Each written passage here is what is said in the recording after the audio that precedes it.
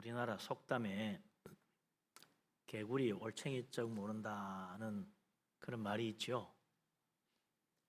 사람은 지난 날을 잘 잊어버립니다. 아름다운 추억은 잘 기억하는데 성공한 사람일수록 지난 날 보잘것 없었던 시절에 어려웠던 것을 잘 기억하지 못하는 것 같아요. 대신에 뭐가 늘 기억납니까? 그동안 내가 얼마나 열심히 해서 이렇게 성공했는가? 내 수고와 노력이 늘 기특해요.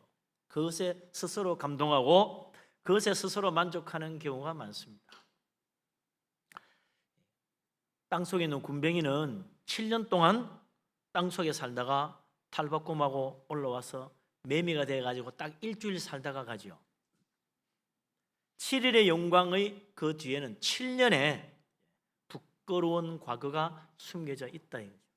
그런데 잊어버리고 생각 안 하는 경우가 많습니다. 지금 내가 너무 멋있어가지고 그게 스스로 도취하는 거죠. 개구리는 올챙이 때를 기억하고 겸손해야 한다. 이 속담의 뜻 아니겠어요? 매미는 군뱅이 때를 기억하고 자기를 낮추어야 한다. 그러지 않으면 어느새 우리는 더 낮은 구렁텅이로 떨어지고 마는 것입니다. 그래서 그 시절을 기억하고 겸손하게 감사하는 것, 이게 믿음이다. 올챙이 쪽에 개구리가 되기를 얼마나 바랬었나, 그 소망을 지금도 기억해야 된다. 군뱅이 때는 매미가 되는 꿈을 얼마나 많이 꾸었을까. 그 기나긴 시절에 어려웠던 때를 생각하고 매미가 되기를 간절히 바라던 그 열정을 지금도 좀 품어야 되지 않겠냐, 뭐 이런 이야기도 되겠죠. 오늘 하나님께서는 이사야 선지자를 통하여 이스라엘 백성들에게도 이와 비슷한 말씀을 하십니다. 너희는 과거를 돌아보라는 거예요. 지난 날 그들의 모습이 어땠는지 지금과 한번 비교해 보라는 거죠. 과거에 내가 어땠는데 그러시나, 뭘 생각하라는 것인가? 오늘 말씀을 한번 봅시다. 1절 2절 우리 하나님의 말씀 다시 한번 읽어보죠. 우리 하나님 뭐라 하시나? 의를 따르며 여호와를 찾아 구하는 너희는 내게 들을지어다. 너희를 떠낸 반석과 너희를 파낸 우묵한 구덩이를 생각하여 보라. 너희의 조상 아브라함과 너희를 낳은 사라를 생각하여 보라. 아브라함이 혼자 있을 때에 내가 그를 부르고 그에게 복을 주어 창성하게 하였느니라. 아멘. 우리가 아는 대로 이스라엘의 조상 아브라함과 사라 부부는 원래 자식이 없었지요. 나이가 75가 넘었는데 75이 넘었는데 자식이 없어요. 소망 없어요. 그냥 이렇게 늙은이로 둘이서 오손도손 살다 가면 끝이지 뭐. 그랬는데 하나님이 아브라함을 부르셨어요. 있던 곳에서 떠나가라는 거예요. 순종하게 갔더니 놀라운 복을 받았습니다. 창대하게 되었습니다. 그 자손들이 하늘의 별처럼 많아져가지고 큰 민족을 이루었고, 하나님께서 그들을 가나안 땅을 인도하여 위대한 나라를 세우게 하셨어요. 이게 다 누가 행하신 겁니까? 아브라함을 부르신 여호와 하나님께서 행하신 일이더라. 왜 하나님이 아브라함에게 이런 놀라운 축복을 베푸셨습니까? 여호와를 찾는 자였기 때문에. 여호와 하나님께서 이런 놀라운 일을 그에게 이루어 주셨다는 것입니다. 원래 아브라함 부부가 살던 곳이 어디입니까? 바벨론이죠. 고대 바벨론. 그곳은 문명지대입니다. 세계 4대 문명의 발상지잖아요. 물질적으로도 풍요로운 곳이었습니다. 그런데 영적으로 보면 우상 숭배가 가득합니다. 미신이 가득합니다. 그들의 하루는 점치는 것으로 시작합니다. 사회적으로 온갖 부정부패가 가득하여 나라는 타락할 대로 타락했습니다. 도덕적으로는 얼마나 음란한지 차마 말로 할 수 없을 정도로 더러웠어요. 세상 사랑하고 세상 쾌락 즐기고 재물 탐욕에 가득하고 출세 욕심 있는 사람이야 더없이 좋은 곳이지. 그러나 적어도 의를 따르며 여호와를 찾아 구하는 사람에게는 살 곳이 못 됐어요. 믿음으로 사는 사람이 살기에는 안 맞는 곳이었다. 하나님이 아브라함을 그래서 부르신 거예요. 그곳에서 나오라. 그 말씀 믿고 나갔더니 하나님께서 아브라함을 복을 주어 창성하게 만들어 주었다는 것입니다. 자식이 없이 홀몸인 아브라함 이삭을 주시고 손자 야곱을 주시고 마침내 12지파 큰 민족을 이루게 하셨습니다. 그들에게 새로운 땅을 주셨는데 그냥 땅이 아니고 적과 꿀이라는 축복의 땅을 주셨어요. 그리고는 강대한 나라를 세우게 하셨습니다. 다윗 때에는 바벨론도 애굽도 그 앞에 머리를 숙였어요. 심지어 다윗은 바로의 공주의 아들을 불모로 삼아 데려와서 솔로몬과 결혼시켰잖아요. 얼마나 놀랍습니까? 강대한 나라가 됐습니다. 이게 다 어떻게 된 것입니까? 이스라엘 민족이 워낙 잘나서 똑똑해서 능력이 많아서 재주가 많아서 아닙니다. 하나님이 행하신 거라는 거예요. 그걸 기억하라고 말씀하십니다. 이게 다 하나님 은혜요 축복입니다. 감사하고 감사할 것밖에 없어요. 자랑할 게 아니다. 우리 인생도 마찬가지 아니겠습니까? 누구나요 지금 생각하면 항상 좀 더 잘 살고 싶어요. 지금 형편만 보고 있으면 앞으로 더 잘 되고 싶어요. 이게 우리 욕심이라는 거죠. 그래서 항상 현실은 불만스럽습니다. 불평이 늘 따르게 돼 있고. 지난날 돌아보면 지금 내가 되기까지 얼마나 참 놀라운 축복들이 있었는가 감사할 것들이 생각나게 돼 있다 이거죠. 특히 우리나라는 그렇잖아요. 생각해 보세요. 불과 5, 60년 전만 해도 우리나라는 원조 없이는 굶주림을 벗어날 수 없는 세상에서 제일 가난한 나라였잖아요. 근데 지금 세계 10위의 경제 대국이 되었어요. 얼마나 감사합니까? 근데 우리는요 지금 불만이에요. 왠지 나는 아닌 것 같아. 얼마나 잘 살게 됐는데. 전에는 그냥 밀가루 타려고 말이죠. 동해 앞에 가서 줄 서던 시절이었는데 지금은 아니잖아요. 또 그 시절을 모릅니다. 앞날을 바라보며 꿈을 꾸고 비전을 가지고 새로운 꿈을 향해 나아가는 그런 소망의 인생도 중요하지만 가끔은 지난날을 돌아보면서 오늘이 있기까지 하나님 베푸신 은혜와 축복을 기억하고 감사할 줄도 알아야 된다 이거죠. 앞날의 비전이 지난날에 대한 감사가 없으면 그 다 헛된 거예요. 내 교만만 커지는 것입니다. 믿음으로 사는 사람이라면 더더욱 지금까지 하나님이 나에게 베푸신 놀라운 일들을 기억하고 감사할 줄 알아야 됩니다. 현재의 원망과 불평을 지울 수 있어야 된다. 지난날 돌아보고 하나님이 나에게 베푸신 일들, 하나님이 행하신 일들이 얼마나 놀라운지 감사할 줄 알아야 진짜 복을 받아요. 더 창대하게 되는 복을 받는다. 사울왕을 생각하면요 참 안타까운 사람이에요. 왕이 되고 나서 자꾸 하나님 거역하고 자기가 왕인데 이제 내 마음도 좀 하려고 그래요. 그래서 사무엘이 와서 그랬잖아요. 왕이시여 당신이 모든 이스라엘 사람들 가운데 가장 작은 자로 여기실 때 하나님이 당신을 세워 이스라엘의 왕으로 삼지 않았습니까? 왜 자꾸 자기를 더 높이려고 합니까? 하나님의 행하심을 기억하십시오.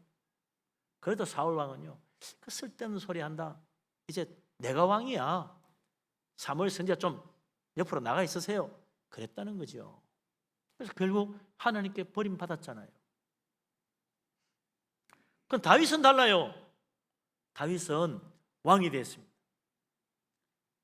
북왕국 이스라엘과 남왕국 유다를 통일했어요. 강대한 나라를 만들었어요. 그런데 하나님이 다시 성전을 지으려고 하는데 하나님이 안 된다는 건데 피를 많이 흘렸어. 하나님 왜 안 됩니까? 내가 좀 하고 싶은데 할 수도 있지만 다윗은 겸손히 받아들였어요. 그리고 오히려 감사감격합니다. 하나님 내가 무엇인데 나를 기억하시고 이런 축복을 주십니까?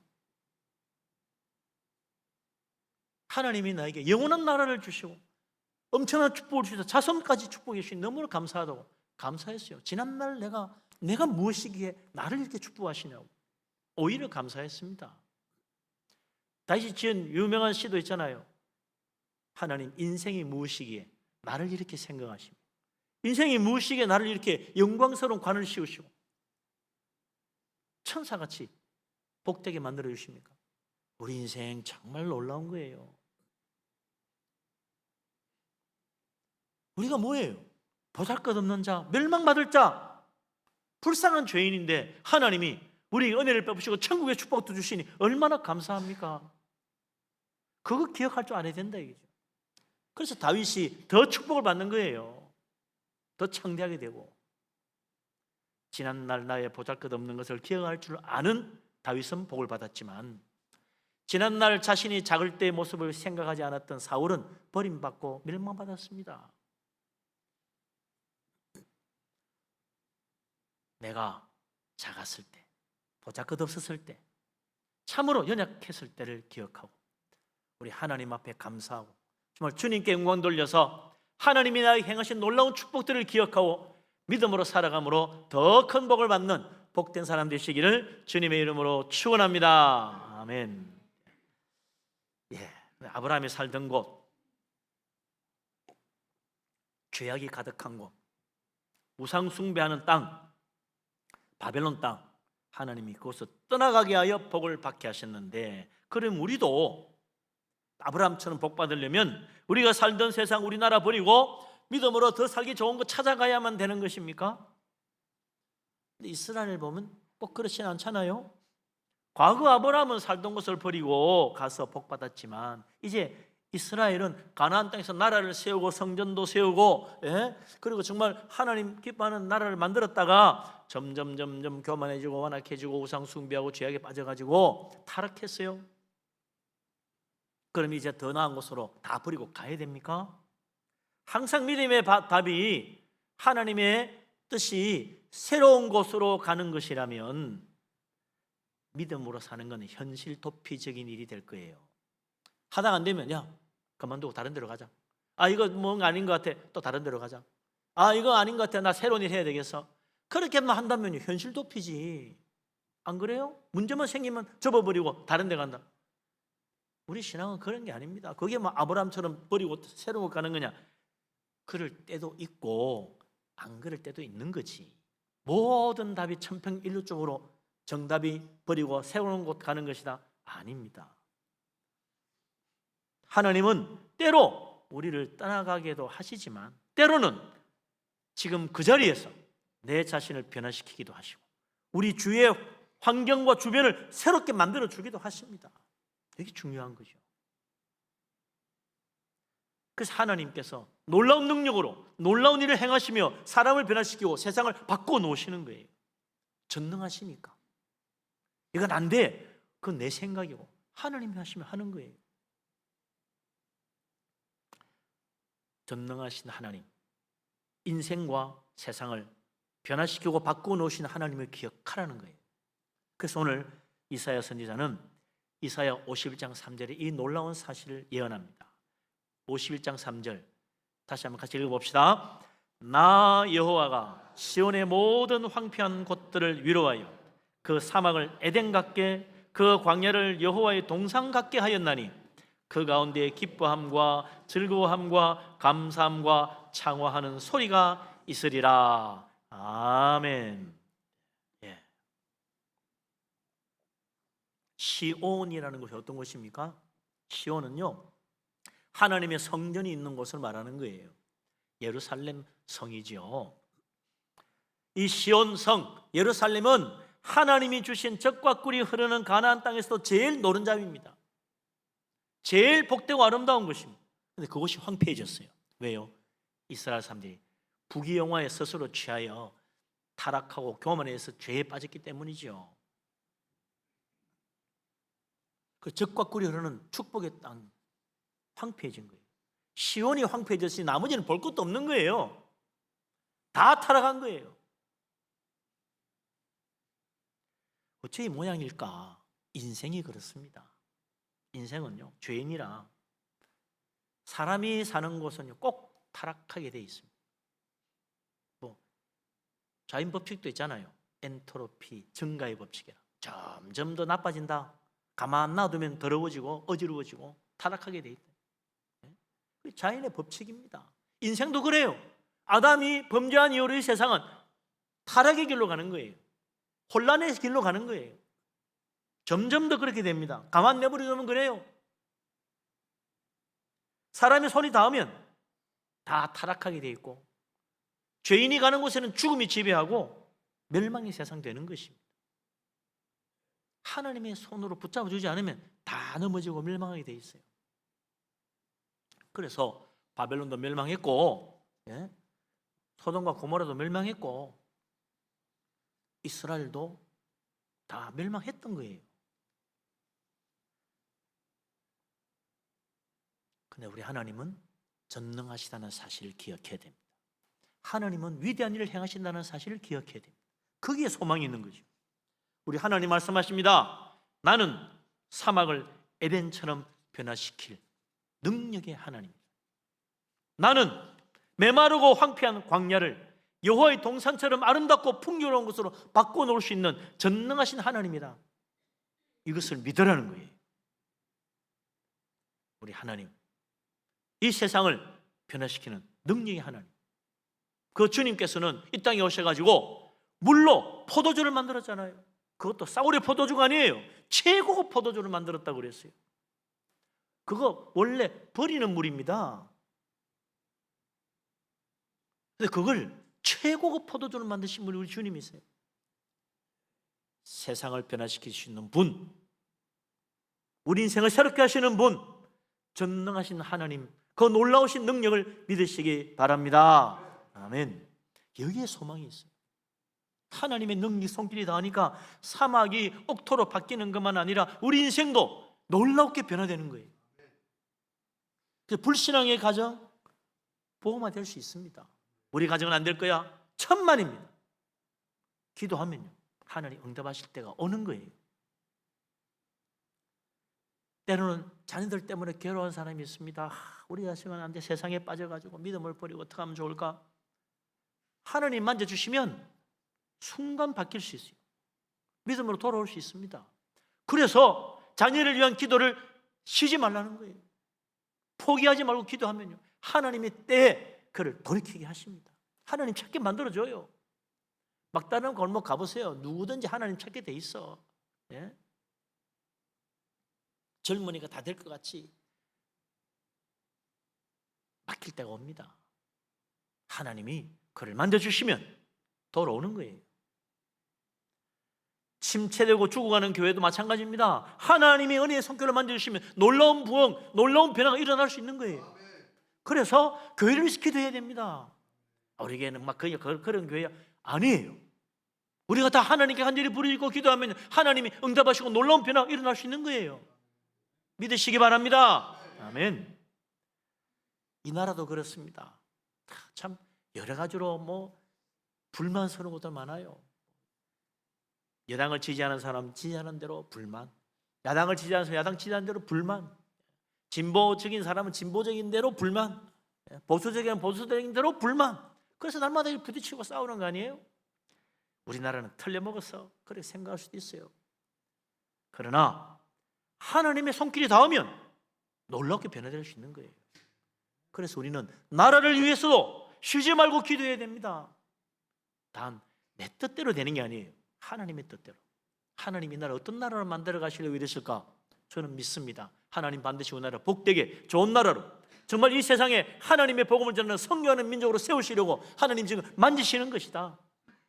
그렇습니다. 우리 하나님의 계획, 우리 인간의 생각과는 다릅니다. 우리는 그저 잘 살기만 하면 좋은 것 같고, 뭐 정의롭게만 하면 좋은 것 같지만 하나님의 뜻은요, 온 세상에 복음 전하고 온 세상 구원하시는 하나님의 구원의 놀라운 역사를 이루기를 원하시는 거예요. 거기에 쓰임받을 나라가 어디 있을까? 저는 아무리 봐도 진짜 대한민국이 제일 적합할 것 같아요. 한국 사람처럼 열심히 기도하고 열심히 전도하고 열심히 섬기고 봉사하는 나라가 또 어디 있겠어요? 기도해야 됩니다. 나라를 위해서, 민족을 위해서 기도할 때 하나님이 나라 정말 축복하시고 모든 나라 모든 민족에 우뚝 세우셔서 영광스럽게 만들어 주실 줄로 믿습니다. 아멘. 소망은 하나님께 있는 거예요. 가정이든 회사든 나라든 나 개인이든 언제든지 위기는 찾아옵니다. 부부 사이에 불화일 수도 있고, 직장생활 고달파서 갈등일 수도 있고, 나라가 외적의 침략이나 경제적 위기를 겪을 수도 있어요. 내 인생에 참으로 암담하고 소망이 안 보일 때도 있어요. 그럴 때 우리는 전능하신 하나님, 놀라운 일을 행하시는 그 하나님, 그분께 매달리고 그분께 기도하고 주님께 간구해야 됩니다. 기도하라고 하잖아요. 하나님이 어려우면 하나님께 부르짖으라고 하지 않습니까? 기도하라는데 왜 안 해요? 우리 하나님 기도 부르짖으면 하나님 놀라운 일을 행하십니다. 12해 혈루증 앓던 여인, 믿음으로 주께 다가와 주님의 옷가에 손만 대어도 병이 나으리라 했는데, 정말 그 주님의 옷에 손 닿자마자 전능하신 하나님의 능력이 임하여 12해 동안 의사도 못 고치던 병을 한순간에 깨끗하게 만들어 줬지 않습니까? 할렐루야. 믿으시기 바랍니다. 주님의 능력의 손길이 닿으면 우리 인생도 변화되고 새로워지고 소망 있는 인생을 바뀌고, 우리 가정도 놀랍게 변화될 수 있고, 우리 자녀들도 복을 받고, 우리 기업도 새로워지고, 내 직장도 놀랍게 변화되고, 이 나라 축복받은 나라 될 수 있습니다. 복된 나라 될 수 있습니다. 우리 하나님을 믿고 하나님 의지할 수 있기를 바랍니다. 아멘. 어떤 이렇게 놀라운 축복이 주어집니까? 우리 하나님 말씀하세요. 이사야 선지자가 예언하기를 4절에 너희는 내게 귀를 기울이라 그랬어요. 정말 그렇게 되려면요, 그냥 하는 게 아니라 귀를 기울여야 돼요. 하나님 뭐라 하시나. 그냥 들려오는 소리만 듣지 말고 하나님께 귀를 기울여서 들어야 돼요. 귀를 기울이라고 하잖아요. 하나님의 음성은요, 귀를 기울이지 않는 자에게는 안 들립니다. 세상 소리는 가만히 있어도 막 들려와요. 근데 거기에 우리 흔들립니다. 이렇게 저렇게, 야, 뭐 이게 맞아 저게 맞아. 세상 소리에 들려오는 대로 생각하지 말고 하나님 음성에 귀를 기울여야 돼요. 하나님 뭐라 하시나 세미하게 들려오는 하나님 음성에 귀를 기울여야 돼요. 도대체 뭘 들으러 가나 귀를 기울여 보면요, 하나님의 음성이 들려요. 이사야가 말합니다. 홀로 있는 아브라함 큰 민족 되게 하신 하나님, 그분의 음성에 귀를 기울여라. 사막을 에덴 동산같이 변화시키는 하나님의 놀라운 능력에 그 말씀에 귀를 기울여라. 뭐라고 하시는데요? 이사야 선지자가 여호와 하나님의 놀라운 일들을 지금 선포합니다. 4절, 5절, 6절 우리도 귀를 기울여 같이 들어보죠. 4절, 5절, 6절 같이 읽겠습니다. 내 백성이여 내게 주의하라. 내 나라여 내게 귀를 기울이라. 이는 율법이 내게서부터 나갈 것임이라. 내가 내 공의를 만민의 빛으로 세우리라. 내 공의가 가깝고 내 구원이 나갔은즉 내 팔이 만민을 심판하리니 섬들이 나를 앙망하여 내 팔에 의지하리라. 너희는 하늘로 눈을 들며 그 아래의 땅을 살피라. 하늘이 연기같이 사라지고 땅이 옥같이 헤어지며 거기에 사는 자들이 하루살이같이 죽으려니와 나의 구원은 영원히 있고 나의 공의는 피하여 지지 아니하리라. 아멘. 참 놀라운 말씀이죠. 하나님 말씀 아마 귀 기울여 들어야 말씀 보면, 첫째, 하나님이 어려우신 분이다. 진짜 공의는 하나님께로부터 나온다. 세상에서 공의를 기대하지 마라. 세상에서 공의를 기대하면요 꼭 낙심하게 돼 있습니다. 실망하게 돼 있어요. 하나님 위에 누가 어렵습니까?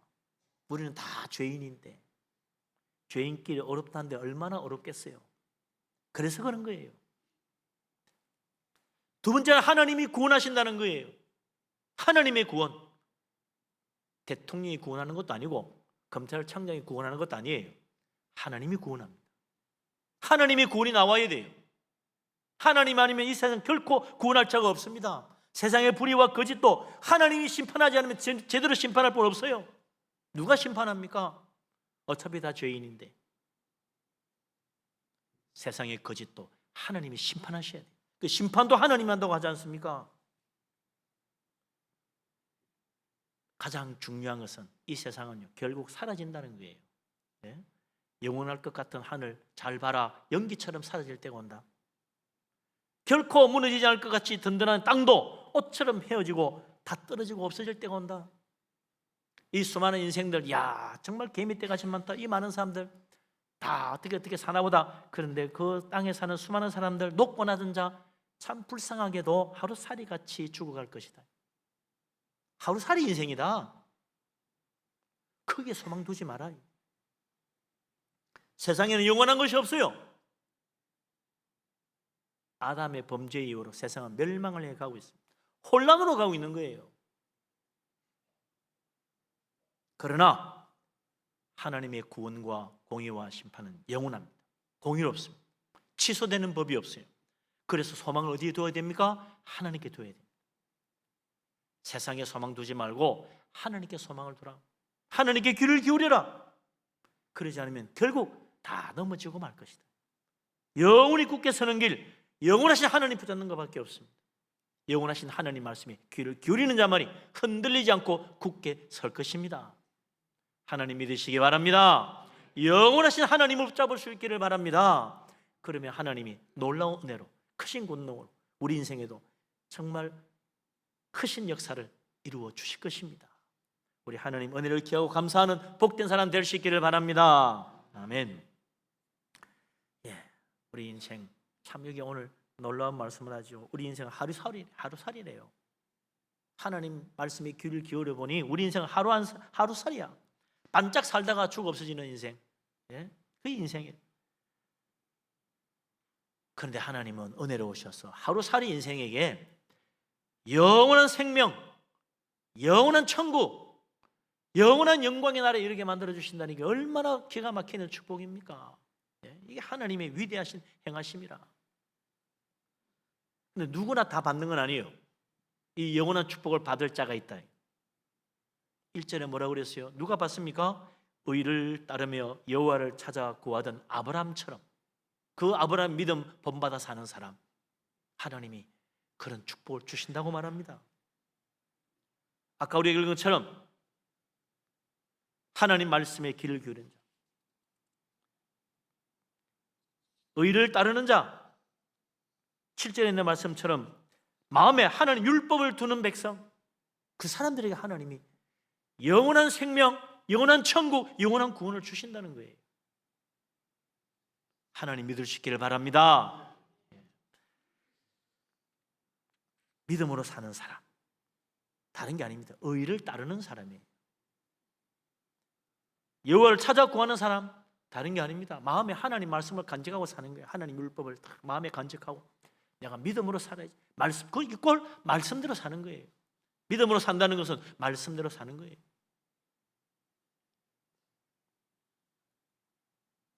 그에게는 하나님의 영원한 의와 영원한 생명과 영원한 영광과 영원한 구원과 영원한 천국이 주어집니다. 할렐루야. 믿으시기 바랍니다. 아멘. 여기서 우리가 좀 주의할 것이 하나 있어요. 왜냐하면 이게 참 신학적인 문제예요, 교리적인 문제인데, 왜냐하면 자꾸 이제 이런 문제에서 이단인들이 자꾸 착각을 하게 만드니까. 믿음으로 옳게 된다고 하잖아요. 믿음으로 옳게 된다. 근데 믿음으로 어렵게 된다 그러니까 이미 어렵게 된 줄 알아요.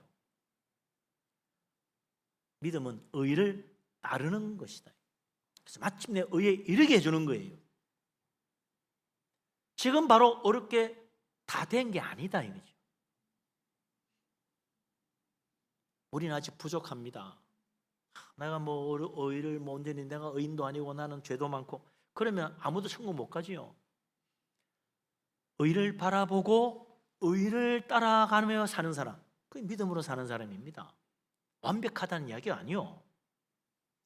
하나님께서 우리를 마침내 온전한 하나님의 의에까지도 이르도록 이끌어 주실 거예요. 의를 바라보고 의를 따르면 하나님이 그를 온전한 의에 이르도록 만들어주는 것입니다. 우리는 믿음으로 어렵게 된 것이 아니고 믿음으로 어렵게 되어가는 거예요. 왜 자꾸 착각하는 거야? 된 줄 알고. 어렵게 돼버리면 더 죄 안 지어야지, 맞지? 이미 어렵게 되었는데 왜 자꾸 죄를 지어요? 아직 어렵게 안 됐다는 거지. 우리는 의를 향해서 가고 있는 거지 완성품이 아닙니다. 예? 천국 가야 완성되는 거예요. 예수 믿고 세례받고 천국 백성 되고 영생 얻어 구원받아 믿음으로 사는데 왜 아직도 죄를 짓냐 이거죠. 완전히 어렵게 됐으면 죄 안 지어야지. 우리는 의인이 된 게 아닙니다. 의를 바라보고 의를 따르는 사람입니다. 우리는 완벽한 사람이 아닙니다. 우리 마음에 하나님 말씀 품고 사는 사람이지. 하나님을 찾는 사람. 하나님처럼 된 게 아니요, 하나님 찾는 사람이지. 되지 못하고 된 줄로 착각하면 안 됩니다. 우리는 여전히 부족한 인생입니다. 그래서 겸손해야 돼요. 그래서 늘 회개해야 돼요. 하나님하고 붙들어야 돼요. 이게 헷갈리면 안 됩니다. 하나님의 의를 따르며 하나님을 찾으며 하나님 말씀을 마음에 품고 믿음으로 사는 사람 다 되시기를 주의 이름으로 축원합니다. 아멘. 네, 믿음으로 살다 보면요 항상 좀 문제가 생겨요. 왜냐니까 세상은 우리하고 다르거든. 그래서 항상 마찰이 일어납니다. 그래서 이사야 51장 7절 8절에 하나님이 우리에게 말씀하십니다. 같이 한번 읽어봅시다. 의를 아는 자들아, 마음에 내 율법이 있는 백성들아, 너희는 내게 듣고 그들의 비방을 두려워하지 말라. 그들의 비방에 놀라지 말라. 옷같이 좀이 그들을 먹을 것이며 양털같이 좀벌레가 그들을 먹을 것이나 나의 공의는 영원히 있겠고 나의 구원은 세세에 미치리라. 아멘. 하나님 말씀 따라 믿음으로 살려는 사람, 하나님의 의를 바라보고 믿음으로 살려는 사람, 꼭 부딪히는 게 있어. 세상과 부딪혀. 왜? 세상은 하나님 안 믿으니까. 세상은 하나님 말씀 따라 살지 않으니까. 세상은 하나님의 의를 바라보지 않으니까 우리하고 꼭 마찰이 생기게 돼 있습니다. 그래서 비방하는 거예요. 너 왜 우리하고 다르냐? 너 왜 꼭 그렇게 하느냐? 너 왜 꼭 교회 가느냐? 너 왜 꼭 말씀대로 살려고 하느냐? 너 혼자 잘난 척 하지 마라. 왜 편하게 살려고 하느냐? 우리처럼 하자. 그래요. 그럴 때 하나님께서 말씀하십니다. 두려워하지 말고 놀라지 말라는 거예요. 믿음으로 살다 보면 세상과 부딪히게 돼 있다. 그럴 때 더욱 하나님 붙들고 실망하면 안 된다. 두려워서 굴복하면 안 된다. 믿음으로 끝까지 하나님 바라보고 살아야 된다. 하나님께서 말씀하십니다. 우리 믿음의 길에는요 고난이 있어요. 세상에 박해도 있어요. 믿음으로 살면 때로 비방도 받아요. 그러나 우리 하나님 바라보고 끝까지 믿음으로 가야 됩니다. 우리 하나님이 도와주실 것입니다. 저 천국까지 하나님의 전능하신 능력의 손길을 의지하여 믿음으로 나아갈 때 내 인생에도 우리 가정에도 우리 일터에도 이 나라에도 놀라운 변화가 일어나고 하나님 행하심으로 축복받아 창작이 될 수 있는 복된 사람 다 될 수 있기를 주님의 이름으로 축원합니다. 아멘. 기도합니다.